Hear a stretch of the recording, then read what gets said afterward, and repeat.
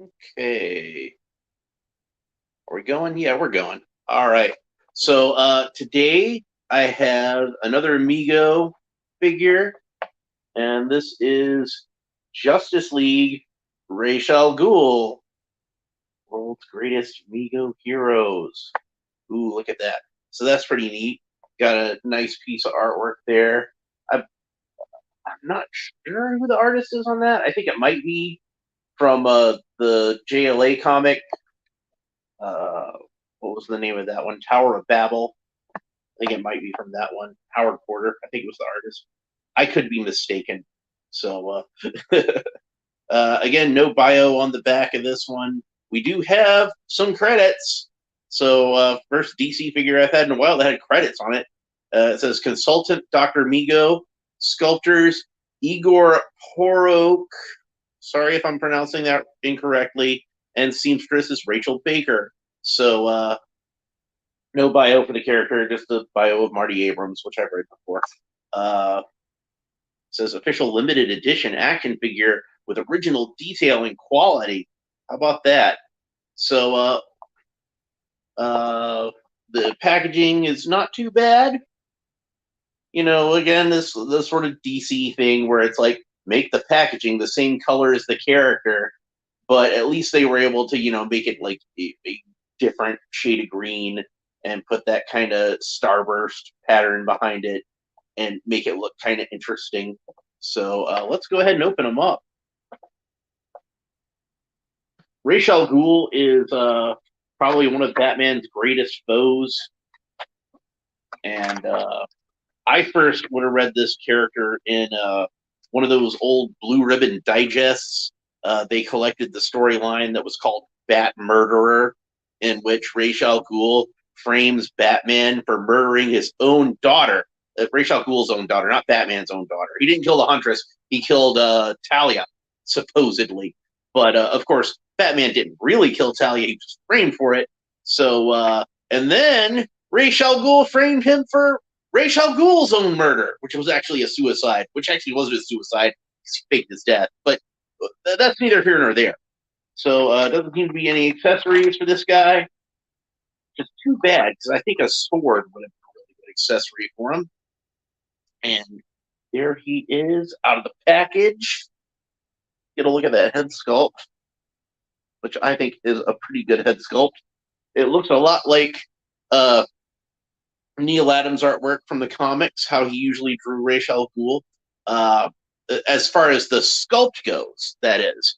As far as the paint goes, there's one big difference between this guy and how Neil Adams depicted Ra's al Ghul.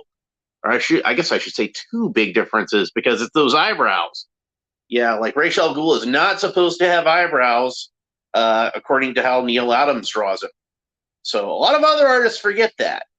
Most other artists forget that. In fact, let's look at the artwork on the package. And the artwork on the package, it does depict him as having eyebrows. But when Neil Adams was designing the character, he specifically designed him to not have eyebrows. So, but even somebody like Brian Bolland, like, tends to forget that. And I'll see like artwork by Brian Bolland. I saw a picture of Ra's al Ghul he did the other day.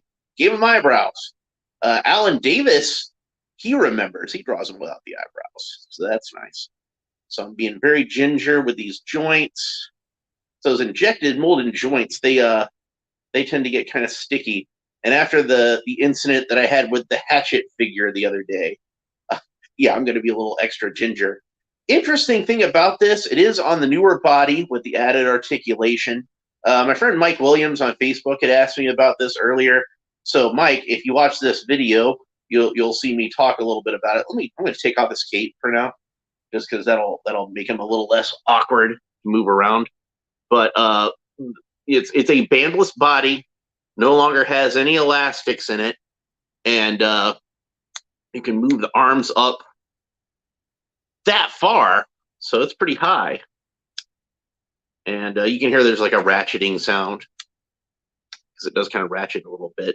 So yeah, it moves up all the way like that, and it now has a bicep swivel, so you can rotate it at an elbow all the way around like that. Of course, since he's wearing a fabric costume, then you gotta kind of move his arm, move his sleeve back.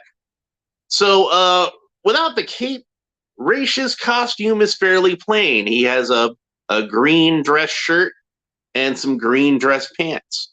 And he doesn't even have boots, because check this out. They actually, even though it's on the newer body, this is a newer body that has Star Trek legs. So he has the boots actually molded onto the figure. And something interesting I've noticed about this is this seems to be like a different type of plastic here from what we usually has. It almost seems more like the plastic on the older Mego figures, that kind of nylon type of plastic. That's interesting. So I would assume going forward, any Star Trek figures that they have, it's probably going to use the same body as Ra's al Ghul here. Is it the taller body or the older, shorter body? Let's compare him with Superman. We'll put the feet flat together, and it does indeed look like it is the shorter body. I kind of figured that was the case because his elbows, his knees bend all the way up like this, greater than 90 degrees. Whereas the newer ones, at least until they fix it, they don't quite bend up 90 degrees. And I do notice that there actually is a belt on these pants, and it's stitched in at the back, but the shirt is pulled over it, so you can't really see it that well. So what I'm going to do is I'm going to tuck his shirt in to his pants so we can show off that belt. And that'll add a little bit more texture to this this outfit, which, like I said, I do feel like it's a little bit plain. And part of why I felt like it was plain was because it didn't have a belt. I really felt like it could have used a belt. And now that I noticed that there is one, I'm like, I'm not going to hide that thing. There we go. That looks a little better. It's still, like I said, kind of plain, but it's not bad. Really, like, maybe they could have made this shirt like a little bit more of like a little bit more piratey. But like I said, this just kind of seems to be almost like kind of a standard dress shirt that just happens to be green. But of course, the main piece of any Ra's al Ghul costume is going to be the cape. So let's have a good look at him with the cape on, because that's how he's actually intended to be viewed. If you remember, before I even opened the package, most of this cape was even wrapped around him. So it's like, honestly, everything he's wearing underneath the cape is kind of an afterthought. It's the cape that really makes it it really makes it sing, don't it? That's what makes it Ra's al Ghul. So now that he's got the cape on, it elevates the rest of the costume, I feel. Now, while I do approve of the use of the Star Trek legs, and with the pants leg over it, it works kind of like dress shoes. And in fact, this is how I did a lot of customs that I made. Like my James Bond custom that I made, I used a Star Trek body, so I wouldn't have to fool with any shoes. But yeah, with the pants leg over it, it does look like dress shoes. But I do kind of wish that they'd given him boots, like proper boots to cover the pants, because I think that would have again just made the outfit just a little bit more interesting than what it is. It's not a bad outfit at all, so don't think I'm trying to slam on it. But it's just like, I'm just thinking of things where it's like little improvements that could make it a little bit better. So, but it's a really cool looking figure, even though it's fairly simple. They don't all have to be like super complicated. The cape, like I said, is what really makes it. The cape is really impressive. There's seems to be like 2 layers of fabric here.